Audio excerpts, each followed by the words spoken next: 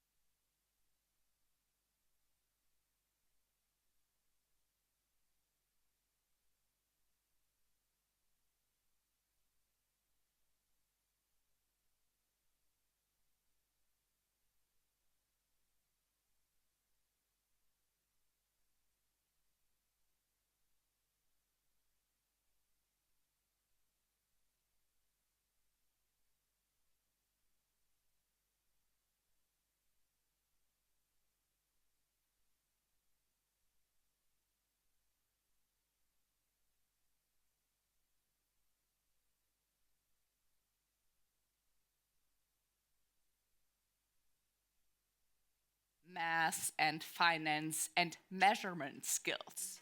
So I thought, why don't we just do the test? Why don't we just measure how often women are being represented in our media? Because I don't know if you are aware, the global average is 82% of media coverage, it's about men. So 18 left over for women. So that's why I thought, let's have a look at the Ringier media and look if they are differently or not. And they were not. It was totally in the global average. So when we started with the largest business media publication that we have in Switzerland, with Handelszeitung, we figured out that the equal voice factor is just 17%. Now we are with 30%. But I will talk more about this journey later on. But I think it was really the difference that we made was by measuring it and calling it the equal voice factor. Oh, that's so amazing. I think it's like really interesting how how we all find in our different places, right, a way to further the cause and like our own way of like expressing like what's important or like how about the approach. I think that's amazing. So do check it out. And if you're working for a media outlet and they're not yet using it, please make sure they will. Kate, I mean, you have basically been with McKinsey for such a long time, and yeah, no, I can imagine like your path, right? It sounds like you're with the same company for 20 years, but you've probably had like 5 careers within those 20 years, like building different things. So it would just be very interesting. What was your journey? What brought you to this place now with Rewired and technology council and so on? What's your why? What's my why? Yeah, absolutely. So, and you're right. I am a little bit of a polymath. So I like to have a finger in lots of different pies, and I've always found that interesting. So, in spite of spending all of my time now in data, in AI, I actually have a history degree. So, which you could argue is largely irrelevant for that, but it comes from a place of I've always wanted to understand why and how things work, and in particular, why and how people work. And so for me, it's always been a little bit of a threading the needle between this incredible surge of technology change and how we as humans, societies, etc., need to show up differently in order to maximize the impact for it. And I spent many years running our consumer practice for McKinsey. I then went on and actually did some stints outside as a CTO. And then had the joy of coming back and doing the transformation on us. So when we think about what professional services needs to be to continue to help companies, when you really put AI under the hood, I got really involved in that. And then Rewired came from a conversation with the CEO where he said, listen, I see the word digital or AI everywhere in my organization, Kate, everywhere. But I don't see it in the bottom line. Why? And I'll be honest, it just gave me a real kind of thirst for, I don't know that I understand that why fully, so I wanted to go do that. And so that's what started the body of knowledge around that. So for me, I guess I'm flighty, and I'm a little bit sort of interested in why and how organizations need to change in what I think is going to be the biggest disruption that any of us have ever seen. Mm-hmm. Yes. So I think that's quite interesting that you mentioned there. So a lot of companies, and I have the same sort of anecdotal evidence, I would say, about bottom line impact of AI. Do you have can you share some numbers around this? Is there like at what stages are these companies and how are they? Yeah. Like, how are they doing? Because the feeling is also a theme this year at Davos, actually. Yeah, very much so. After the hype. And the difficulty, and by the way, I'm not an anti-hype person at all, right? So I firmly believe in the power of AI and so on, so please don't take it as that.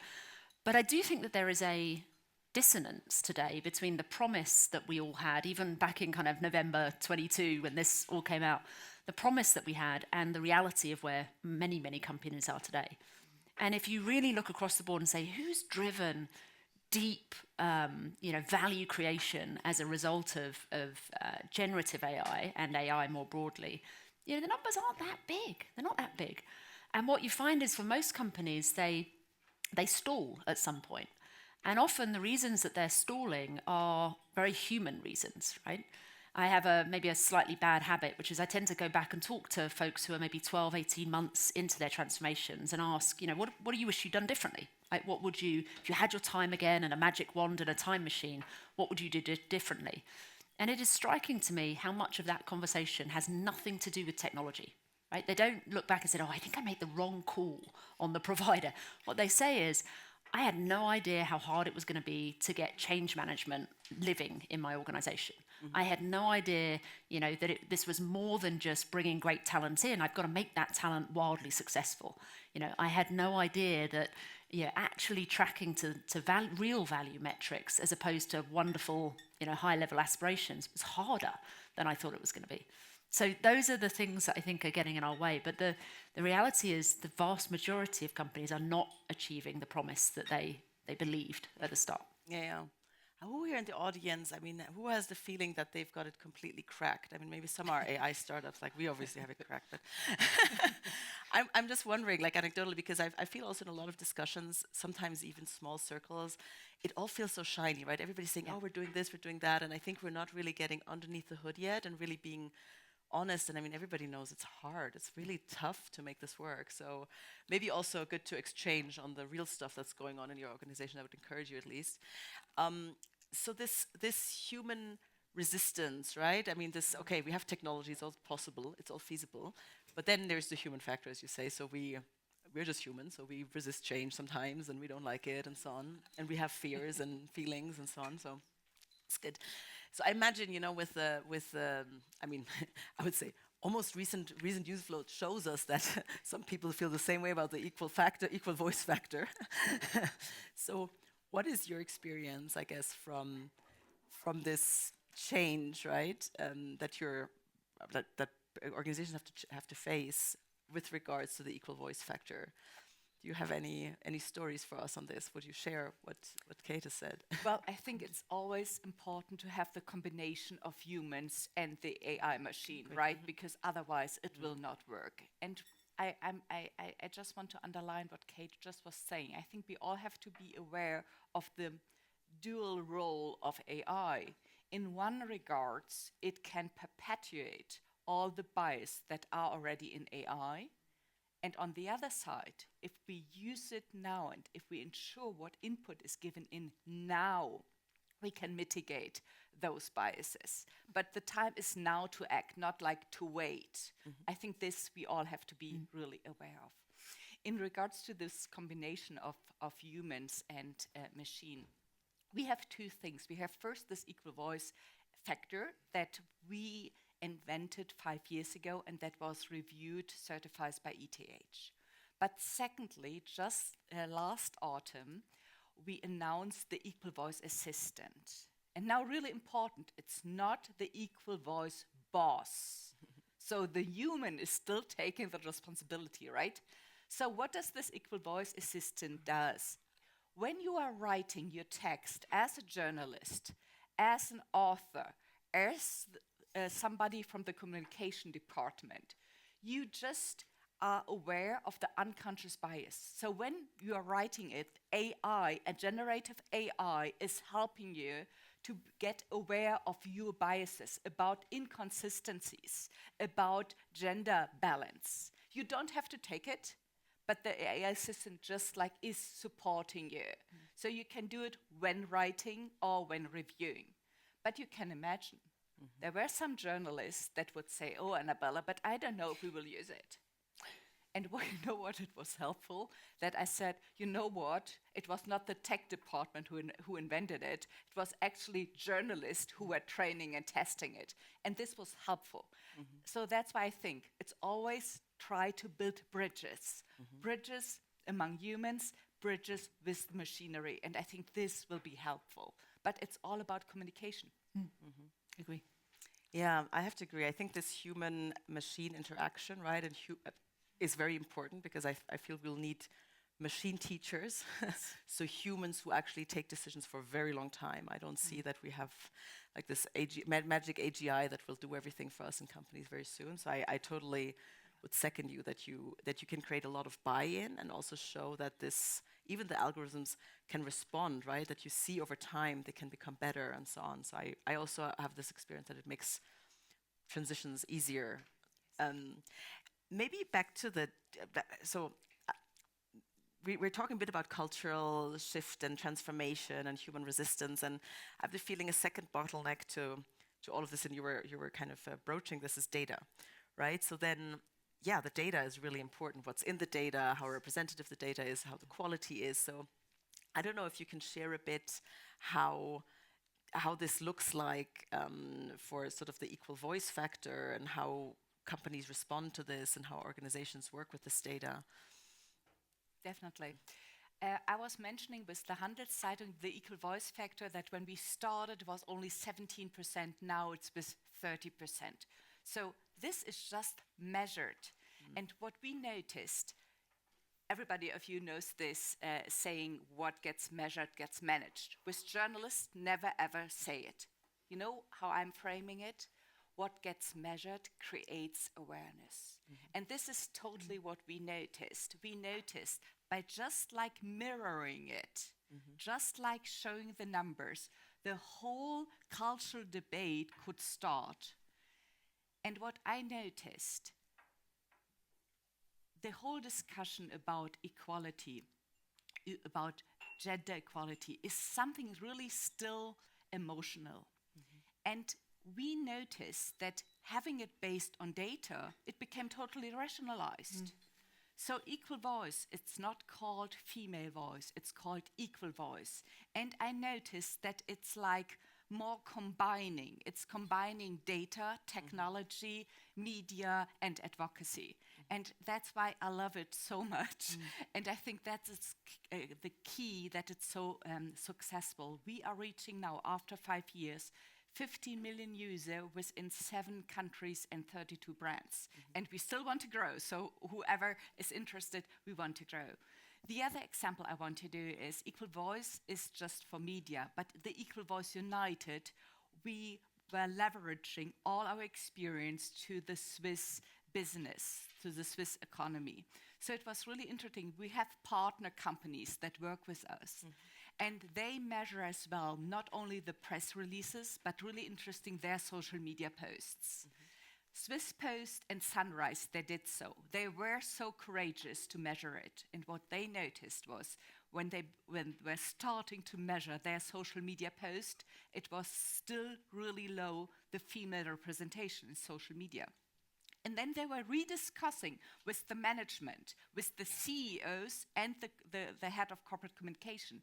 And they were asking themselves, in social media post, do we only have to have the CEO, normally male, to talk, or can't we change the narrative? Can't we do it a little bit younger, a little bit more feminine? And I think this is like really a great success story of equal voice factor as well within companies. Just measure it by yourself, measure your social media posts, and all of them increased.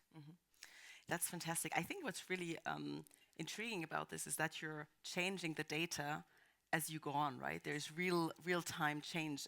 I guess in a lot of domains we have the issue that the large bodies of data that we have are already, they are what they are. And they're like the bulk of what we use to train models and whatever healthcare, very sad story, LLMs and all these things, right? They're quite biased.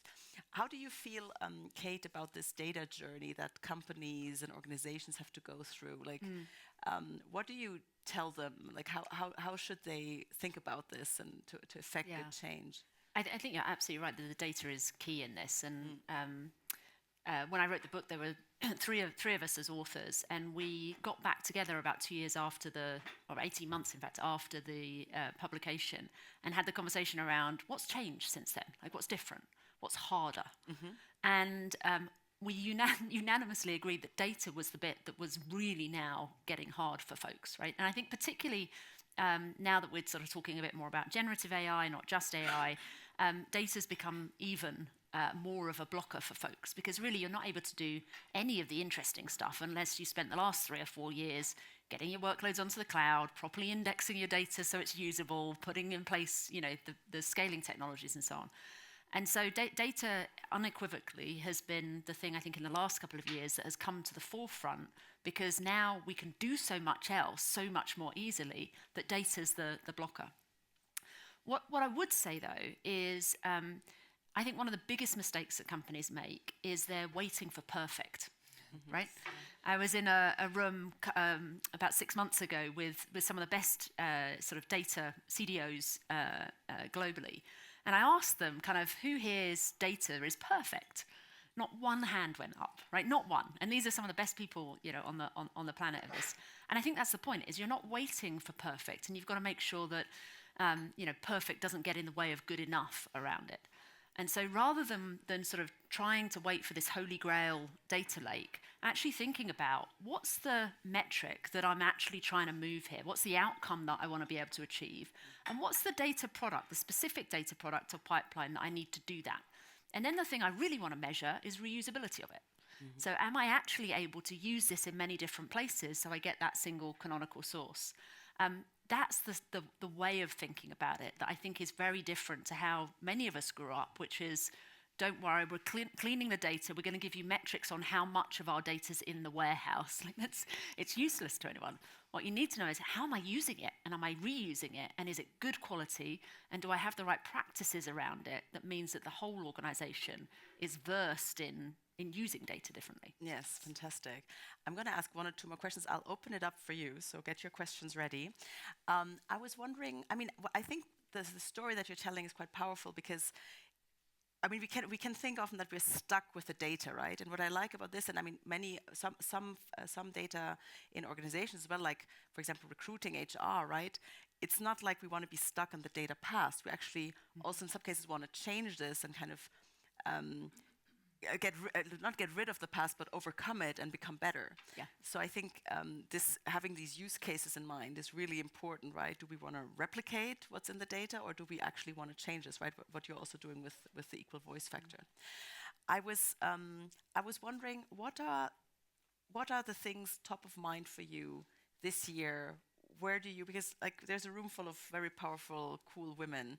Like what's top of mind for you, and how do you think we can all contribute? What can everybody in this room do to kind of further this cause and kind of affect change into the right direction? I'm happy to give. I have two. I think that if I'm allowed to. Three, no worries. One is actually linked to what you were just saying. I think there's the downside of data as well, is because it's now so prolific and we can use it, that there is also a little bit of a natural human tendency to go, well, I'm just going to get all of it, right? And the more data that I have, the more I can do. And I think we're going to start to see, and already are starting to see, much more about just responsible use of data as well. I should only really be collecting what I need to do what I'm trying to do, not that I should be going and getting everything. And I need to think really carefully about how I'm using that data responsibly to ensure that the data set is becoming richer and debiased and so on. So I think focus number one for me is making sure that in the pursuit of everybody wanting to do more, that we do so responsibly and that we are, conscious of risk, but not constrained by it in how we think about it. And then the other one for me is actually almost more at a psychological level of just really understanding how people are now using AI, like traditional workforce, particularly knowledge workers in that middle management layer. And I think we're starting to see, at least in our research, some really interesting behavior types of, even some of our higher performers actually not wanting to say that they're using AI because it sort of detracts from them being the brilliant one.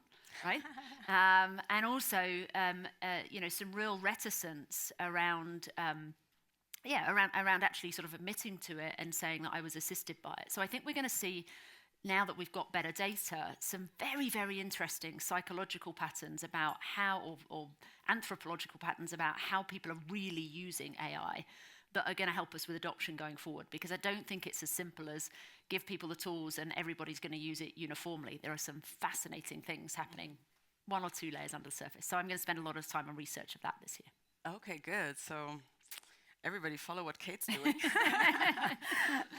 Annabella, what can we all do? What is top of mind for you, and how can we all do our part? Well, my call for action, first of all, measure to empower the time it's now.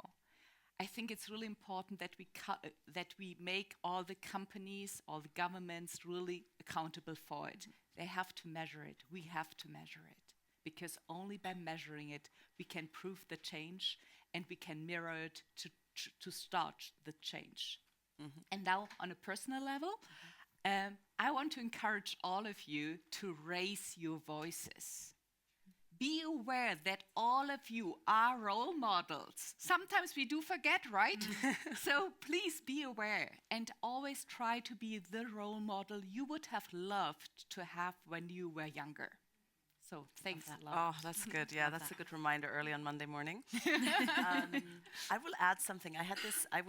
So my mom's from Jamaica. I spent some weeks in Jamaica over Christmas and New Year, and I read Hillbilly Elegy, and I reconnected with my roots a bit, and I thought, it's a developing country. What will AI bring? And it made me reflect a lot. And I want to focus my energy this year a little bit on who's winning with AI, who's participating in the gains, and who is left behind, and who can we not afford to leave behind. And this is true. in Europe, in societies, but also globally with the north-south divide and so on. So if you can contribute to any of this, I know some of you have had careers in this, who are in the room. I think for me, this is really, really important this year. So I just wanted to put it out in the room here as well. I'd be super happy we still have half an hour, so I know many questions. Can you maybe let us know do we need a microphone for questions? Team? No? Okay, I was wondering about the team and the technical team, but good. Who are you? My name is Yen, and I'm the founder of Equal Care, and we certify any medical intervention if it's been tested on men and women specifically. Oh. And Annabella, I'm raising my voice daily. Can you follow me on Great. My question to Annabella, it's easy to say from your chair there, raise your voice. Give us a script. I read an article, and I just I'm mad, and it's not a good state to write a comment underneath, but give us a script to raise our voice. Because sometimes like, if I say this, I'm the feminist. If I say this, they will judge me, and I'm the crying girl. So give us a good script to raise our voice.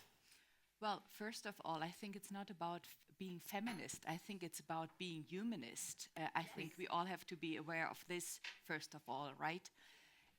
I was mentioning the example of the social media posts. So I think everybody of us can be raising our voices on social media, and I think we have to be aware of this impact, and I think there is definitely already an impact. Second thing, if you are working with an organization, I have heard so often that the women, we do trainings, we offer trainings for women at Ringier with the Equal Voice. Some women would tell me that the head of corporate communication would stop them and would say, you know what, it's just the board members who talk, not any employees. Then please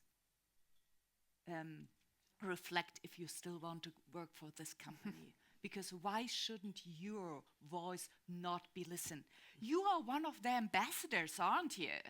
So I think we sometimes can be a little bit more like brave and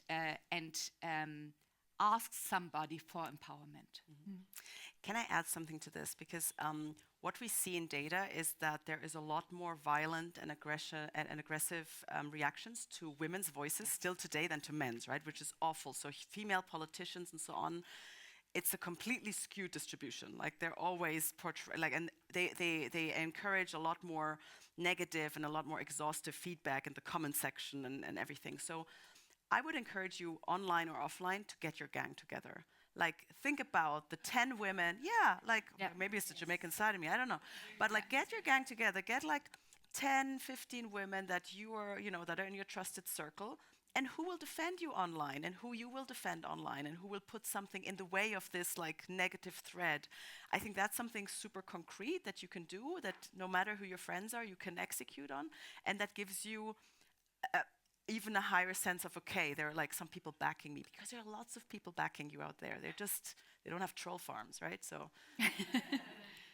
And don't think that just has to be kind of when something bad happens. I think one of the most powerful things is every time there's an example of something that you've seen that's great, that happens to be a woman that's done it, or happens to be, a man of color that's done it, or whatever, talk about that. Right, and cite them and talk about the positives, because I think there is also we all feel like, oh, it's getting at us and it's negative and so on. If you can actually be out there saying, hey, I saw this amazing thing the other day, let me just share, that will also have a wonderful kind of snowball effect. Yes. What a great, powerful message to amplify the positive we're seeing. Very good. There was one question here, and then you in the orange jacket, and then you. Yes. What was the question? There is back there. Thank you. Hello, my name is Karen. Nice to meet you. I work in corporate, and I also work trying to advocate for ethical use of technology and AI. And when I talk to C-level, I have the feeling that they're still very afraid of investigating the biases that they have. And I say, but the biases are still there. Oh, sorry. But the biases are still there. So it doesn't mean that you don't find them, that they are not being replicated. But there is still so much of this view of something being brave, courageous, in a negative sense, like that is going to generate a lot of fuss. So how do we change the narrative to investigating your biases being something life-changing, or that is going to, change the world, something that people are actually proud of, that they can go and say, our company found out this type of bias in AI and we corrected, and now you can be 100% sure that this is not going to happen to you. How do we change the narrative towards that?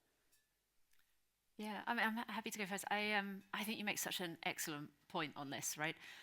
One of the things I found really odd when, sort of a couple of years ago, when we were really starting to talk in corporate levels about generative AI more broadly, was the number of CEOs or boards that would come to me and say, this AI thing, Kate, has just created so much risk for us. And of course it hasn't. The risk was always there. It was always there. What it did is it gave it a voice, right? It gave it a voice, and it gave it time and oxygen on board agendas to actually start discussing it. So I'm actually super positive about what happened with that, because I think we're now having discussions about bias and about risk and responsible use of data and trust and so on in a way that, frankly, it wasn't getting the airtime that it should have been for the previous several decades. So I think the first thing I would say is we should harness that and use it, rather than assuming that AI has created risk. It hasn't created it. It's surfaced it, right? And then I think the second one is it's back to this notion of being conscious of risk but not constrained by it. Having the conversations around, okay, so if these are where our biases are, how do we learn? And if AI teaches us one thing as organizations, it is that we can be much better learning organizations, because we have more access to data, we have more ability to see what's really, really going on. So I think a lot of the key of this is reframing the narrative as what we're trying to do here is we're trying to learn. And this hasn't been a risk that's been created by this. This has been a risk that gives us a chance to now actually put some heat and light on it so we can do something about it. So for me, it's about the learning and it's about the reframing. Maybe I just can side this, because it's totally about the learning, but as well about getting it aware, to create the awareness. So with this Equal Voice Assistant, we totally have this. It's integrated for all the journalists in the content management system. So when they are writing, they are being, there is a bias, there is an inconsistency. And then the AI, the Equal Voice Assistant makes a suggestion how to change it, how to adapt it. They don't need to take it, but they can. And this Equal Voice Assistant was first put in the content management system, but now we want to put it in our generative AI system that we use within our corporate. So what does it mean? All the press releases, all the social media posts, not only the articles of our news sites and magazines, but as well like presentations that go to our clients, will have this length of this Equal Voice Assistant. And we offer this service as well for other companies. So I think this would be great to have it. The best thing would be that to have it integrated in ChatGPT, in Perplexity, and so on. But this is really difficult because, you can imagine. Another project for 2020. Exactly. I know you also had a question here. Good morning. Good morning. It was a super good talk. This is Gülay Özkan. I'm running a program to help people building companies and task with AI agents. Apparently, everyone in this room, we are kind of winners of the society. I mean, we are already successful women. But still, when we raise our voice, still the level that you impact matters a lot, right? So how we kind of change that level? I mean, at Davos, maybe this is slightly easier, but when we go back to our countries, how we are kind of improving our voice, how we kind of find shortcuts to reach higher level people in general about women's empowerment. I don't know. I can start, but I think this is a really good place to find allies, also because there's so many global delegations. I would say, there are few men here. We prioritize the women, obviously, to come, but I think men are a big part of the story. So I think a lot of I don't think we can do this without them. So I think a lot of the allyship comes from. Places are kind of controlled by men. Yeah. So how do we break in?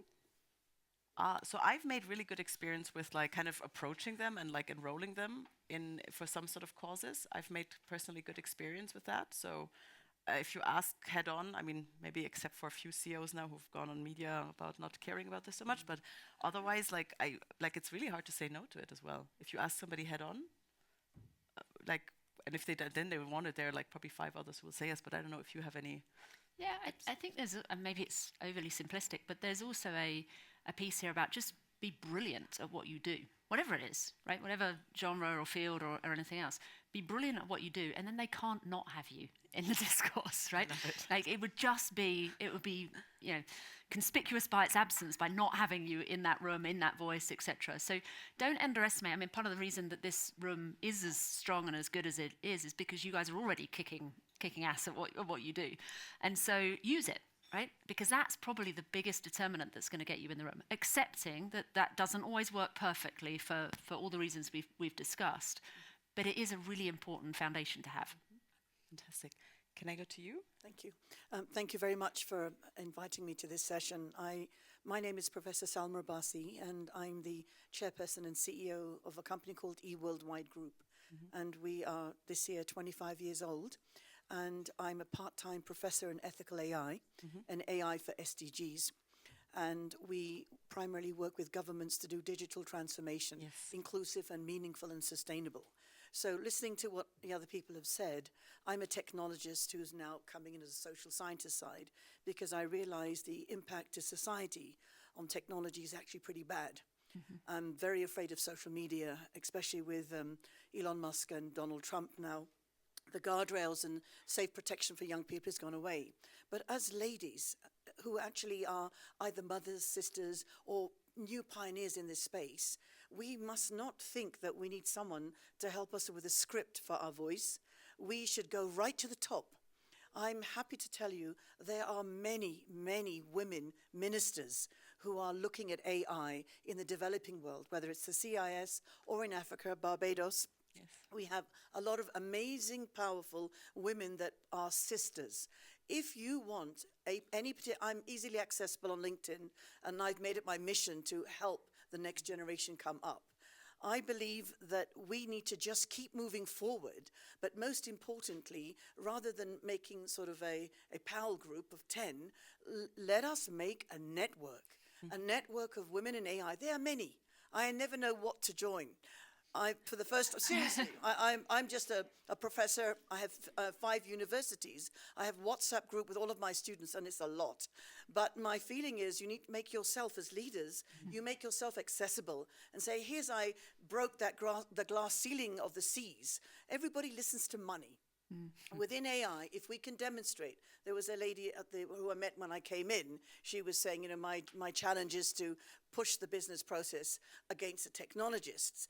Everybody's looking at the bottom line. So if you have a very smart idea that is actually going to save money, raise the profile, or solve a problem, people will listen to you. Put it out on social media, but also put it out in international platforms. Social media, as you said, can be blocked with negative messages. And AI can be used to counter, opposite spam your message in your post. But participating in the IEEE, it's an international standards body.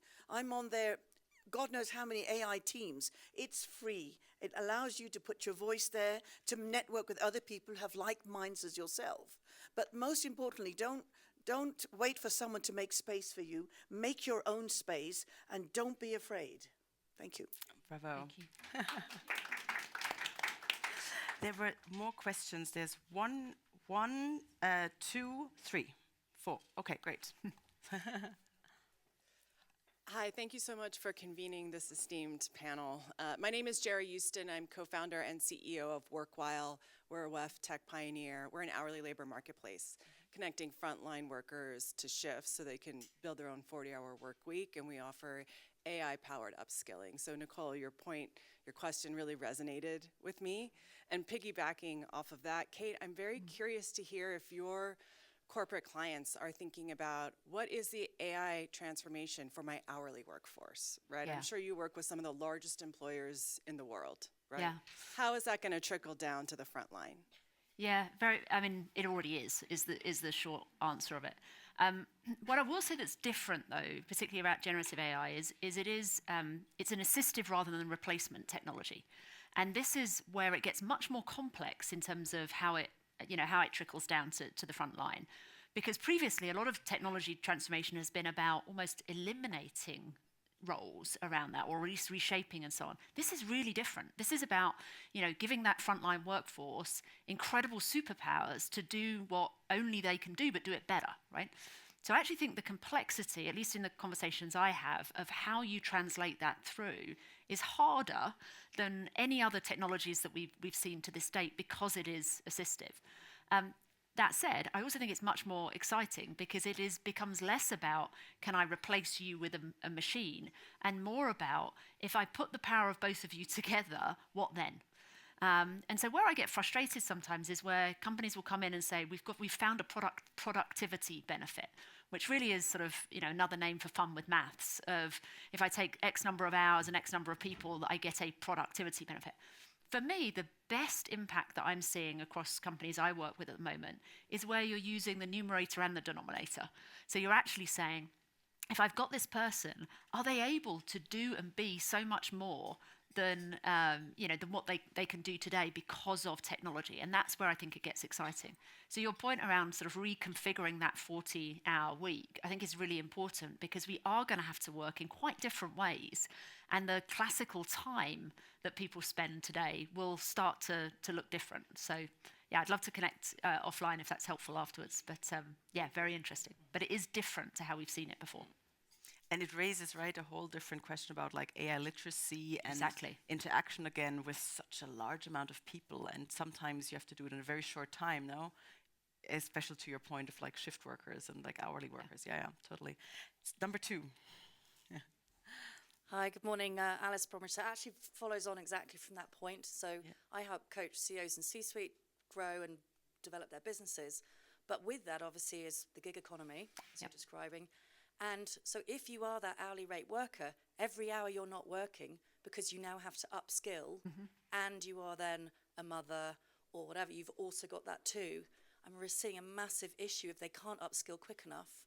And similarly, what's affordable to a scale-up or a startup is not that great. So the tech that they're being provided by whichever provider it is, you want to go to Salesforce, it's expensive, and it's still not easy to use. So we tried to do a tech full reboot for a 50-year-old business last year, and we got stuck with all of their data, but also the perception by the women themselves that they could not do anything to do with tech. So I guess mine's twofold. Is a lot of the gig economy is often, I hate to say it, but female, but in the UK anyway, that I work with. How can we support them without them losing their hourly rate? Because that's a big deal for them. And how can we also encourage those who are providing startup software to make it more user-friendly and easy to use? Do you want to take that? I mean, look, I think it's a great point. I think I would say maybe a couple of things. One is, if you take the kind of the gig economy worker and say how can these individuals be upskilled, etc. What I see at least is maybe 2 things. One is actually a huge amount of agency and ownership around that, because they have the flex in their week to say, actually, so at least from my experience, that they are doing that in their own time, their own way, on a whole plethora of different platforms. So at least what I've seen through London is quite a lot of, there's a lot of access to things that people can use. The challenge, I think, is that is on them. And that is much, much harder, right? It's much, much harder, and it's more expensive, and. The other flip of it that I would say is we're going to publish, I think, in the next month or so, some research on just how employees are using technology. And a couple of interesting anecdotes from it. One is that employees are far more likely to be using AI for at least a third of their work than their bosses think they are. So there's a real disconnect further down, back to the frontline point, further down in the organisation, that this is what they want to do. They're embracing it at a far faster clip than bosses think. And that the best group within that, or the most prolific group within that, is actually the millennials. And those are often the folks coming into, sort of lower middle management type roles now who are disproportionately using this technology because they see their future career and say, if I don't do this, I'm in a difficult place. So I think the other is you're going to see pockets of groups of people take much more ownership of it. There are, of course, lots of government schemes around apprenticeship levies and things like that, but it's quite hard as a gig worker. It's very, very hard. Yeah. So when you're actually talking about people who had careers, all of us, effectively, if you want to take a couple of years out and you come back in, you've got to upskill really quickly whilst dealing with small people and then not earning for every hour you're trying to upskill yourself. Yeah. Just raise it as a bit of a challenge. Yeah, no, I think it's a great push. I think though it's also more structurally a topic that also is, it's also affecting all the other people. I totally agree with you. That's a particularly vulnerable group. But there were these first studies, right, looking at how you use these ChatGPT algorithms, and some people, for one group of people, basically who just prompt for like real answers, their performance without the tools then goes down if they're taking away the tools. And if you kind of learn how to interact with the system really in a conversational manner and help it, you do the thinking, and there's some legwork done by the algorithms, it increases your performance more long term, right? So I think this point is excellent that we need to all learn how to do this, and especially the more vulnerable groups, I think is quite good. So, sorry, there's Anna, and then you, and then Maya, yes. Thank you so much. Two quick questions, and then an ask for the audience and an offer. We work a lot with upskilling nonprofits to use generative AI tools, and I'm curious about this media solution that you're talking about. Is it available only to journalists or also to nonprofits who in many countries kind of act as sort of intermediate journalists to bring a lot of information to their community? Second, you talked so beautifully about kind of checking in with these companies who have tried to implement these tools 18 months, 2 years later. Are there any tips that you can share with nonprofits who are oftentimes just starting their journey on this that will help them leapfrog a little bit that process? Ask to the audience. We're running an AI accelerator. We're looking for female founders and founders from more diverse geographies. If any one of you would be willing to share our call for applications with your networks, I would be really grateful. I'm Anna Lerner, so please find me on LinkedIn or afterwards. That would be really, really helpful. Lastly, my offer. I worked many years at Facebook and know a lot about how the algorithms work and how to kind of leverage these platforms for your voice. We were driving the SDGs programming, so always for sort of humanitarian and social goods. I have since left the platforms, and the teams are not there anymore, as you might have noticed in media. But I now work on LinkedIn, and I build communities of women who use LinkedIn as a way to kind of get to those points you were talking about. How do you approach someone? Actually, LinkedIn, I would say, is a really easy tool to get straight to the top, and they might actually pay attention to it. So if someone wants to learn more about that, happy to just jump on a call for an hour or two and share what I've learned so far. Well, great. First question. Yes, Anna, we can do this. We are not only providing the services for journalists, but as well for companies. And then we have to figure out how we do it with nonprofit.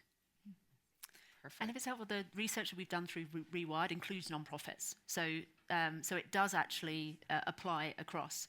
And I mean, there are many learnings, but maybe I'll give you a couple. One is, come at your digital AI transformation, thinking of it as at the heart of any AI transformation is a people transformation.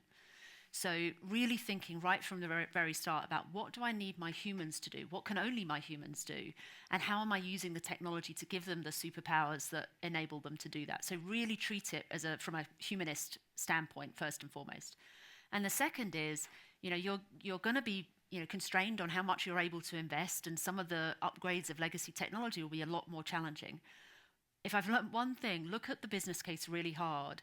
And for every pound or dollar or euro or Swiss franc that you spend on the technology itself, make sure you have at least an equal and opposite pound, euro, dollar on the change management. So what's it actually going to take to make that technology usable?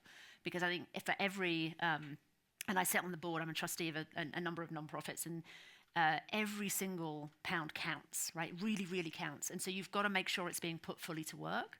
And you can only do that if you have the commensurate investment alongside it around change management. So I think particularly for this sector, those two things really stand out. And then one more for you, which is use the network, right? What we are seeing with really, AI-enabled organizations is they've become more porous, right? They don't have the rigid outer lines. They're working in networks, they're collaborating, they're using different partners, they're changing those partners on a higher cadence.